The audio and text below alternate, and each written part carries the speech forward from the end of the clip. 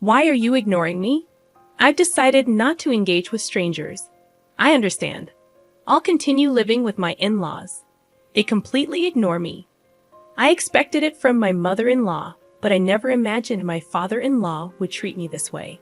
There was a reason why the once kind in-laws had changed. It was because of my sister-in-law, who disliked me. With her return, our peaceful life together was completely upended. Don't regret it, okay? You think I'm going to regret this? Think again, jerk. I packed my bags and left my in-laws' house. Sure enough, just 3 days after I left, chaos broke out in their household. I met my husband at my workplace. He was in sales and frequently visited my office. I was his main contact.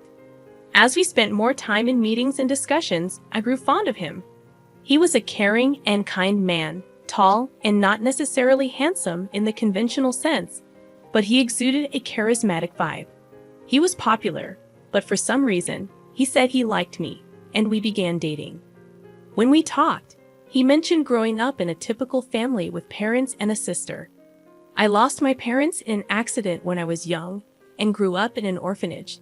It was a complex issue for me, but when we started dating, I quickly shared my background with him. He responded, "That must have been tough, but don't worry, I'll always be there for you." Soon after, he proposed. From the beginning, my husband intended our relationship to head towards marriage and quickly introduced me to his parents. During the introduction, I told them about growing up in the orphanage. They listened attentively and reassured me that it wouldn't matter in our marriage. It made me very happy. Besides, they told me that being raised in an orphanage had nothing to do with being their daughter-in-law, which truly made me happy. Only my sister-in-law, being very attached to her brother, seemed taken aback, asking, "You grew up in an orphanage?" My husband had to reprimand her. In retrospect, she probably disliked me from our first meeting. I didn't give it much thought at that time, thinking we had just met. Before our marriage, my husband and I discussed moving in with his parents. We seriously considered it, but in the end, I decided not to quit my job. It turns out my husband was set to be transferred soon. I thought about quitting my job to move with him, but my career was going well, and I had just been given direct reports. We discussed it and decided he would move on his own after getting married. I wanted to savor that newly feeling for a bit. I even casually thought about visiting my husband during the long weekends for a little vacation feel.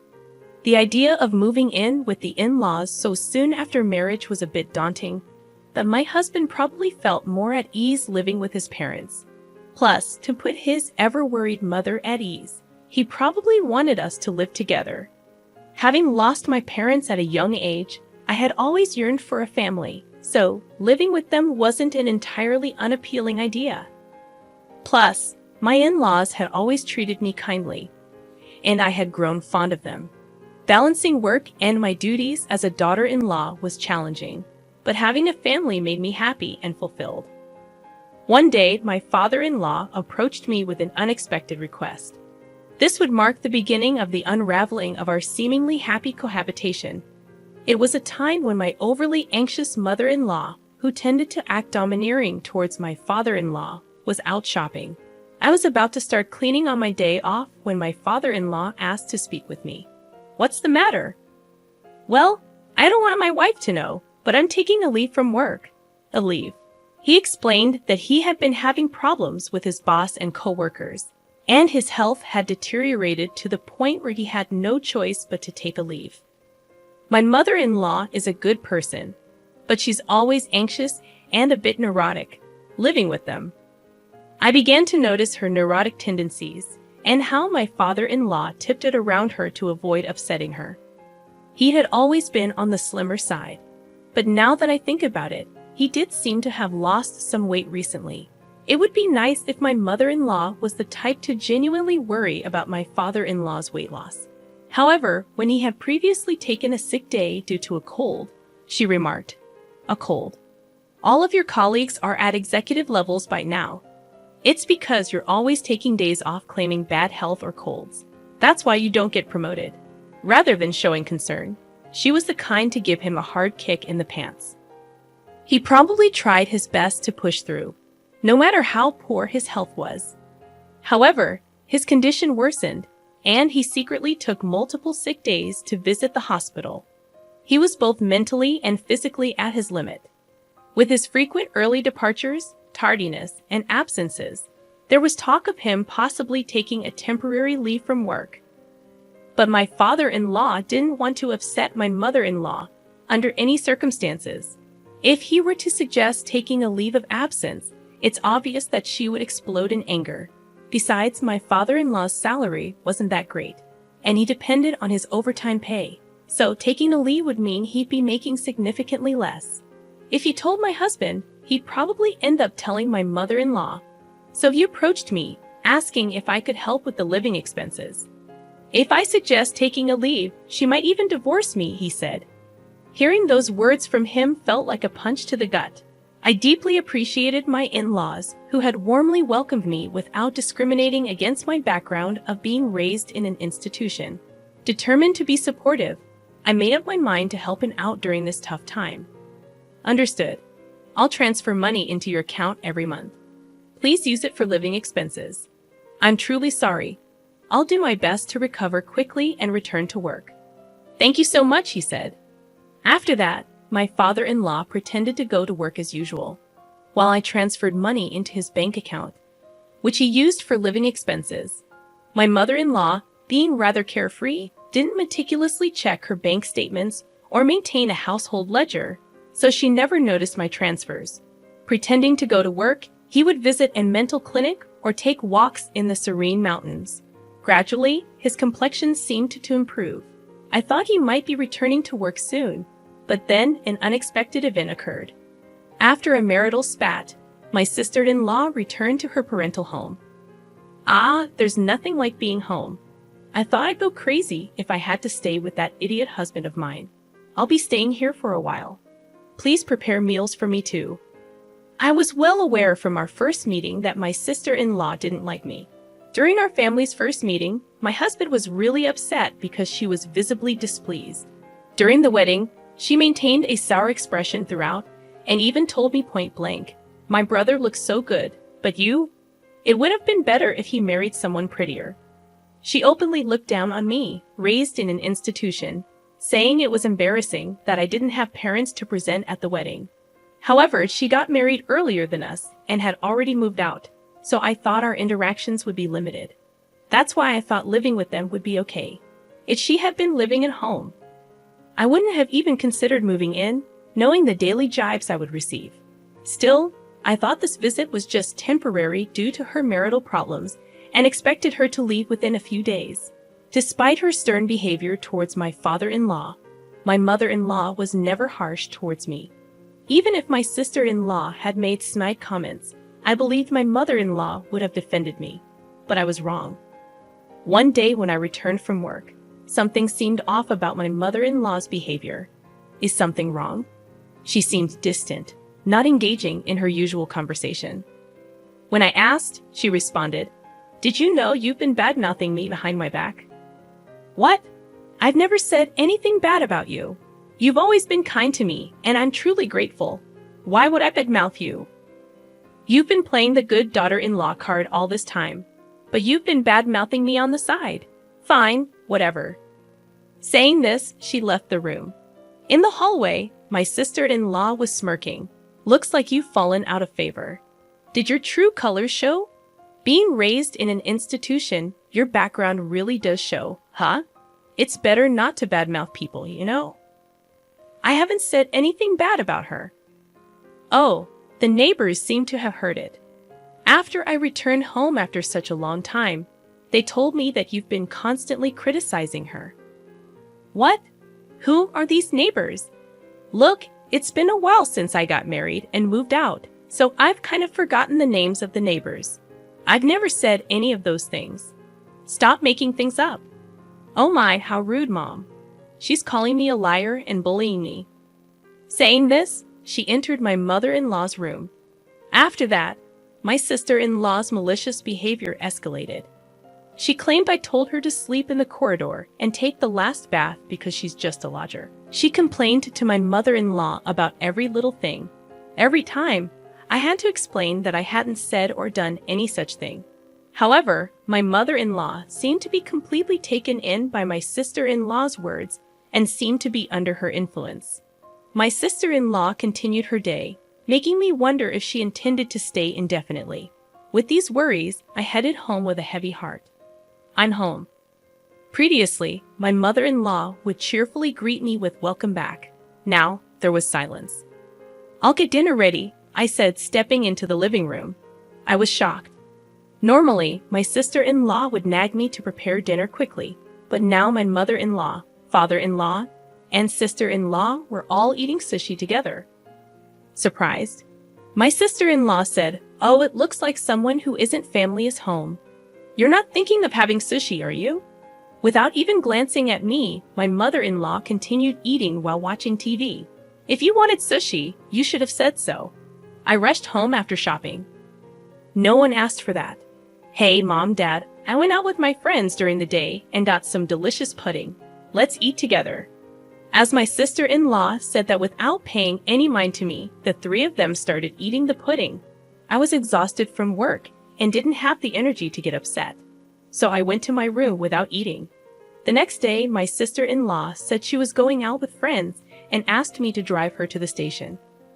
I obviously declined since it was a weekday and I had work. Even if we were headed in the same direction, it would be a completely different route, and she wanted to leave close to noon. There's no way I could take her. "Just take a day off. It's fine. Your cute little sis-in-law just wants a ride. She never had the chance to relax and hang out after she got married, right? Can't you be a bit kinder to her? Now, with all due respect, didn't you go out with friends last night after getting a late-night call? Seems like you've been going out almost every day since you came home. I have work. Please take the bus or train." My mother-in-law and sister-in-law were murmuring in the background, but I was fed up. I left for work. However, that night, the defining event that made me decide to leave this house took place. I got held up at work and returned home after picking up some groceries, expecting to be berated.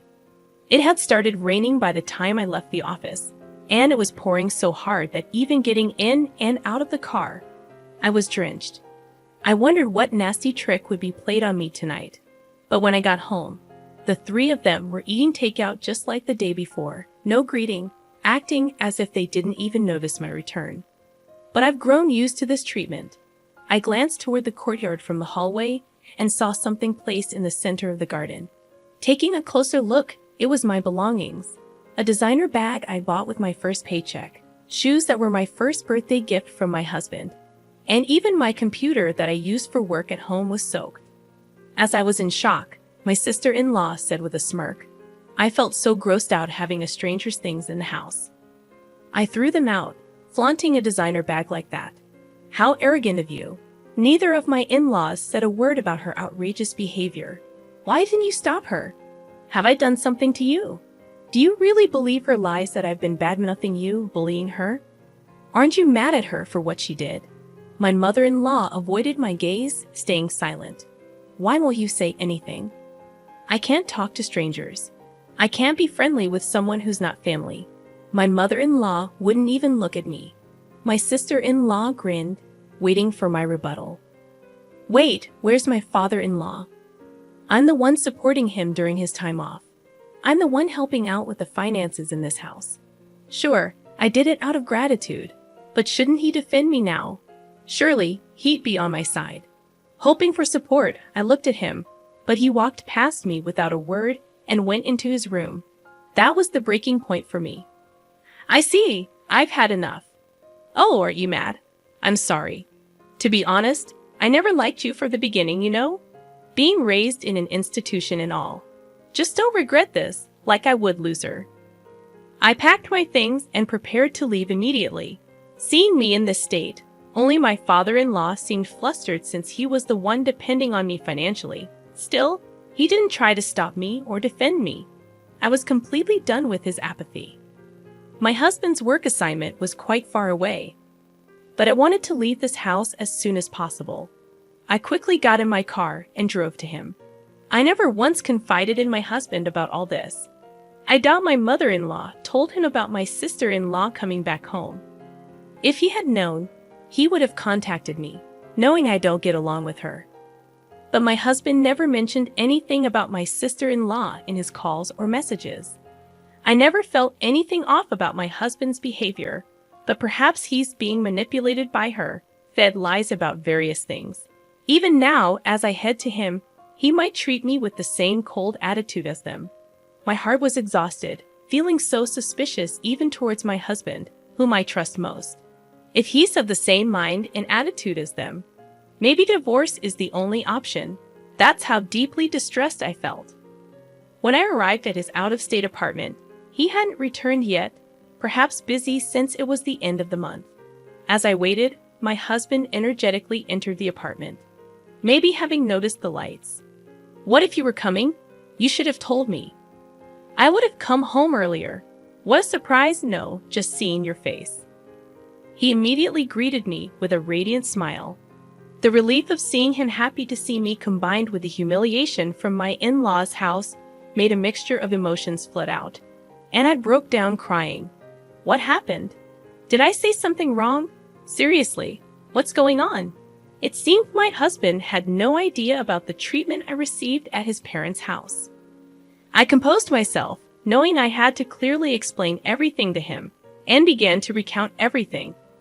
How I'd been financially assisting his father who took medical leave, without telling his wife that his sister had returned and was now staying at their parents' home.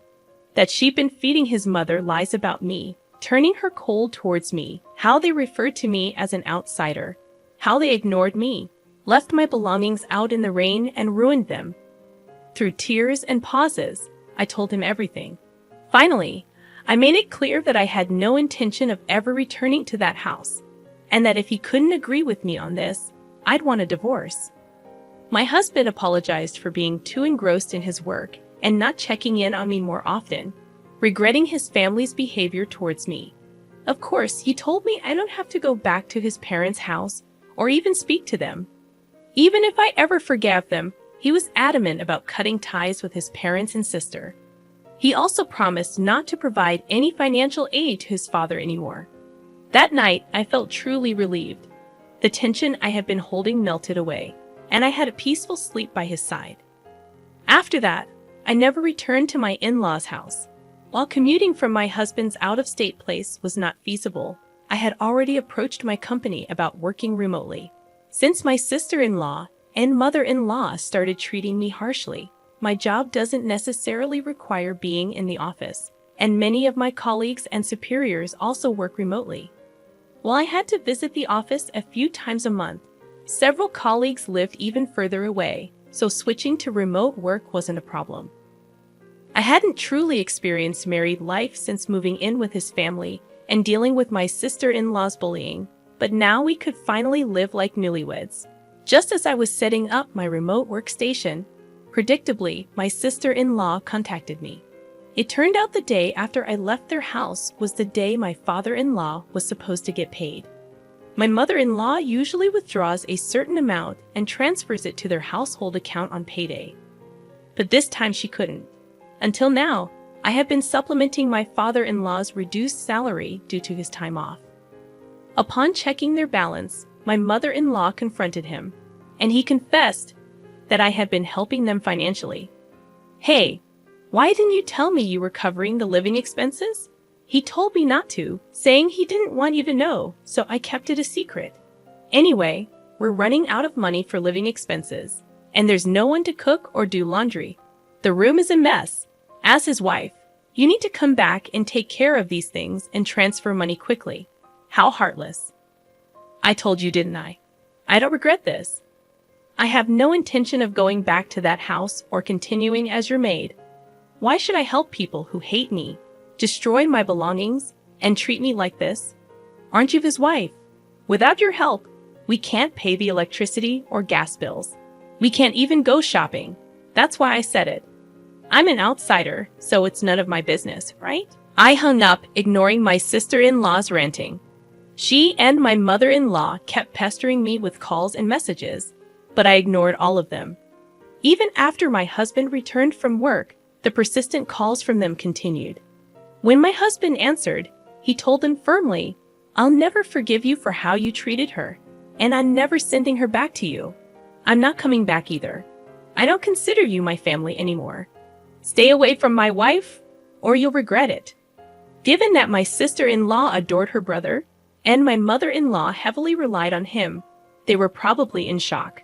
A few days later, I received a call from my father-in-law.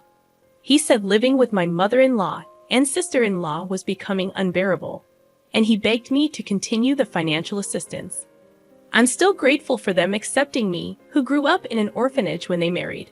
But they didn't support me in my time of need, despite all the financial help I provided. I don't owe them anything. Why should I help those who joined others in ignoring me? I'll never assist you again. And with that, I ended the call. Later on, my relentless mother-in-law and sister-in-law audaciously showed up at my workplace. Since I was already working remotely and had a bad feeling about them, I'd informed my company about the situation. The security was alerted immediately. Apparently, they caused a scene, demanding that the company force me to send money back home. Upon hearing this, my husband said, "Report them to the police." Colleagues at my company were supportive, saying, "I can't believe you lived with those people. Focus on your remote work with your husband." As for my in-laws, my father-in-law's health deteriorated under the pressure from my mother-in-law and sister-in-law, and he'd eventually resigned. My sister-in-law tried to return to her husband's family, but he refused to take her back. The small town quickly caught wind of her drama at my workplace. Given the embarrassment, there was an uproar at her in-laws' place. The original reason for the fight between my sister-in-law and her husband was her affair. This incident added to their issues, leading to an immediate decision to divorce. Without a home, my in-laws and sister-in-law moved to a cheap apartment, managing to get by on part-time jobs. As for my husband and me, we're finally living peaceful days, feeling mentally and physically fulfilled. Recently, we found out we're expecting a child and are overjoyed. We're looking forward to the day we meet our baby, cherishing our time together.